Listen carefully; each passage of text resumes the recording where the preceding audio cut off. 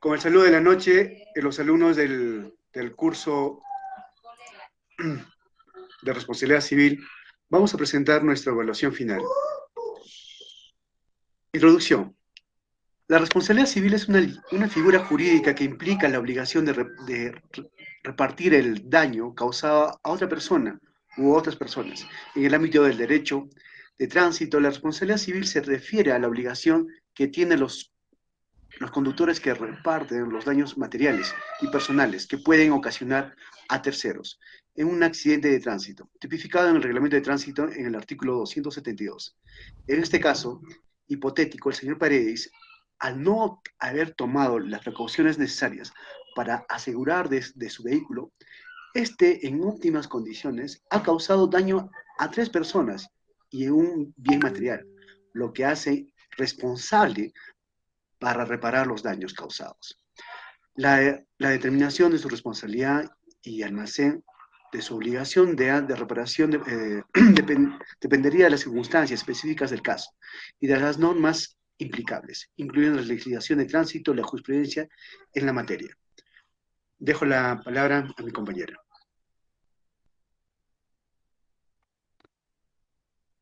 Ok, según el caso presentado, el señor Paredes recurre a nuestro estudio de abogados para resolver su problema y le ayuden con las acciones legales que debe tomar en esta circunstancia. Entonces, en este punto debemos tomar en cuenta qué es lo que se enfrenta el señor Paredes al haber sucedido el hecho del atropello. En primer lugar, hay una responsabilidad civil. En este caso, el señor Paredes puede ser responsable civilmente por los daños causados a las personas y a las propiedades producto del accidente, lo cual en realidad es algo que podría degenerar en que tenga que indemnizar por daños y perjuicios a los perjudicados. Esto se encuentra tipificado en el reglamento de tránsito, donde se presume que es responsabilidad del conductor probar que no ha violado las normas de tránsito en un escenario de responsabilidad civil.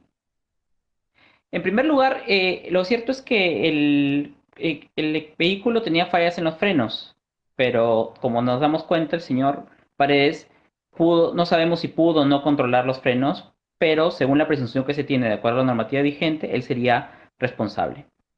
Hay que destacar que estamos ante una responsabilidad civil extracontractual, porque no hay un contrato que medie la relación entre los perjudicados y el señor Paredes, sino más bien la premisa de que ninguna persona debe provocar daño a otra en la sociedad, ¿no?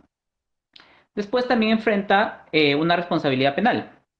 Esta responsabilidad penal es básicamente la responsabilidad que nos enfrentamos en caso haya una conducta antijurídica en el ámbito penal.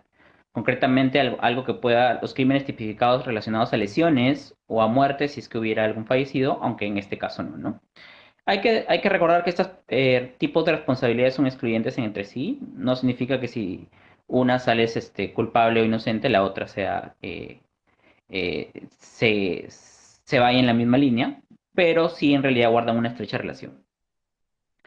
Adicionalmente, también se tiene que destacar la existencia de la posibilidad de que se tenga que recurrir a un seguro de responsabilidad civil, con lo cual la compañía aseguradora tendría que ser solidariamente responsable por los daños causados por el señor Paredes. Finalmente, hay un tema de revisión de frenos que podría establecer que la responsabilidad civil va hacia un tercero. Incluso el señor Paredes podría tomar acciones legales contra el taller, la concesionaria de luces, si es que se demuestra que el accidente fue causado por un error en la revisión de frenos. Habiendo hecho estas precisiones, vamos con la interpretación del sistema subjetivo de la imputación y la exoneración. Ok, de acuerdo a la interpretación del sistema subjetivo de imputación y de exoneración, el dolo es la conciencia y voluntad de causar un daño. En tal sentido se opone a la culpa, que designa al actuar negligente del agente que causa un daño, recogido en el artículo 1969 de nuestro Código Civil. Del mismo modo, tenemos que entender que la culpa puede ser entendida como aquella negligencia o imprudencia o descuido en el que las personas incurren al interactuar los unos con los otros en el desarrollo de la vida diaria. Por lo expuesto anteriormente, el sistema subjetivo de imputación y de exoneración de la legislación peruana establece que una persona será responsable civilmente por los daños que cause a otro, si existe culpa o negligencia por su parte. En este caso, el señor Paredes podría ser considerado responsable por los daños causados a otras personas, en este caso 3, y a la propiedad de la familia Ruiz, que se demuestra que hubo negligencia o falta de cuidado por parte de conducir el vehículo con frenos defectuosos. Desde la otra posición, también podemos hablar sobre la fractura casual, que se configura cada vez que se determina un supuesto que presta un conflicto entre las conductas o causas sobre la realización del daño. Esto lo hemos revisado según Ludeño. En todo supuesto de fractura casual, una de las conductas o causas habrá producido o causado daño a otra, al no haber llegado a causar justamente ese daño, sino como consecuencia de otra conducta. Y es por ello que a la conducta que no ha llegado a causar el daño se le denomina una causa inicial, mientras que a la conducta que sí llegó a causar el daño se le denomina causa ajena. Por todo esto, se determina que existe una fractura del nexo casual del autor en una determinada conducta que deberá ser acreditada por el causante del daño, por ser consecuencia de un daño fortuito o de fuerza mayor, hecho determinado de un tercero. Se sustenta a través de un contrato o de un hecho que se ha ocurrido en este caso con la concesionaria Luces. Ahora le toca a mi compañera la interpretación del sistema objetivo.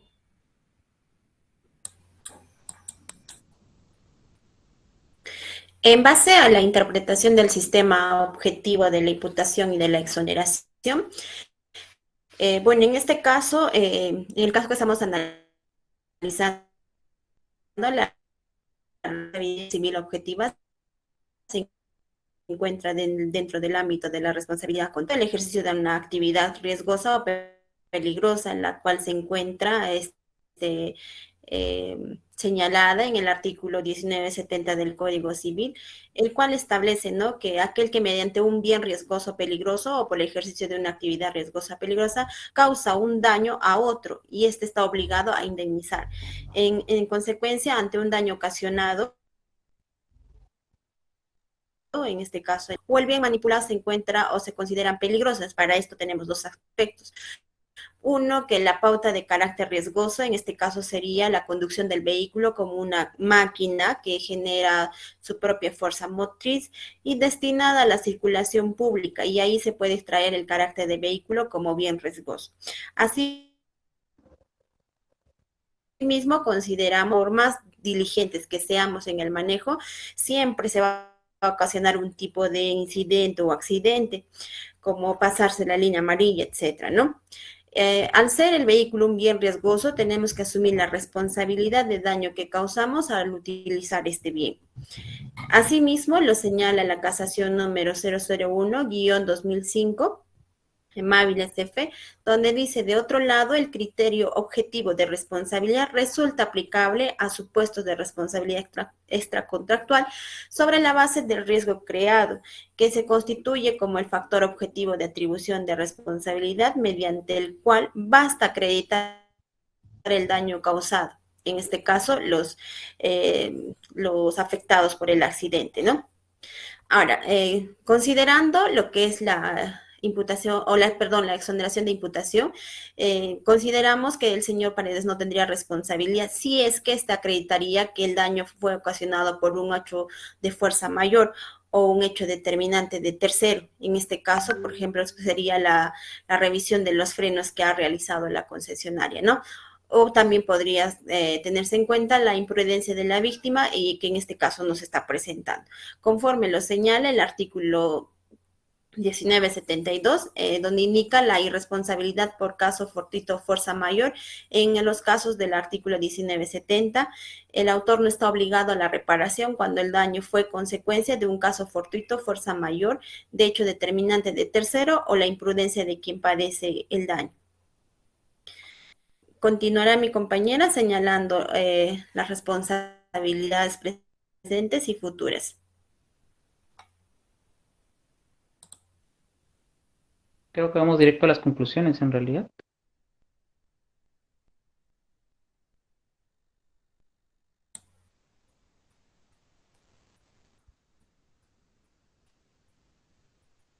Ahí entraba, creo, la otra compañera. ¿Qué pasó?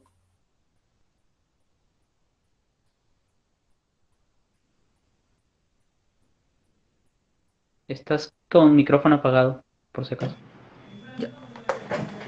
Estimada profesora, doctora, buenas tardes, compañeros. El tema realizado y he trabajado, voy a hacer lo que es la conclusión, y respecto a ello es que, bueno, ¿no? En relación al presente caso planteado, debemos señalar lo siguiente. Si bien es cierto, se puede apreciar que el accidente de tránsito no fue provocado por el señor Paredes. En ese caso se podría descartar el dolo, es decir, no tenía la intención de realizarlo, sin embargo sí tenía responsabilidad culposa, ya que el señor Paredes tenía eh, el deber y responsabilidad de mantener su vehículo en óptimas y perfectas condiciones de operatividad. Es decir, debía estar en buenas condiciones de funcionamiento del sistema de frenos, lo cual no ocurrió así.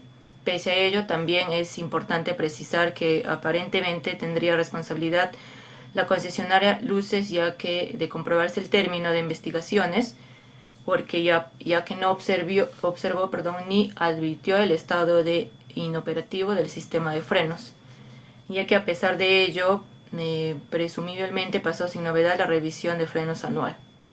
De igual forma, también podemos concluir que el señor Paredes tiene la responsabilidad en cuanto al haberse retirado de la concesionaria Luces sin verificar el estado operativo de su vehículo automotor en todos sus aspectos, puesto que es deber fundamental que todo conductor, antes de continuar la marcha, verificar el buen estado de funcionamiento del vehículo a conducir.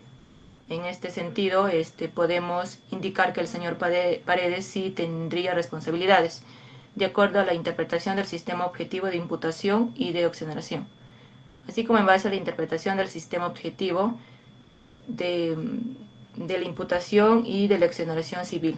Por lo tanto, tendría que asumir las consecuencias judiciales tanto en el ámbito penal, civil y administrativo que deriven de la investigación iniciada en su contra.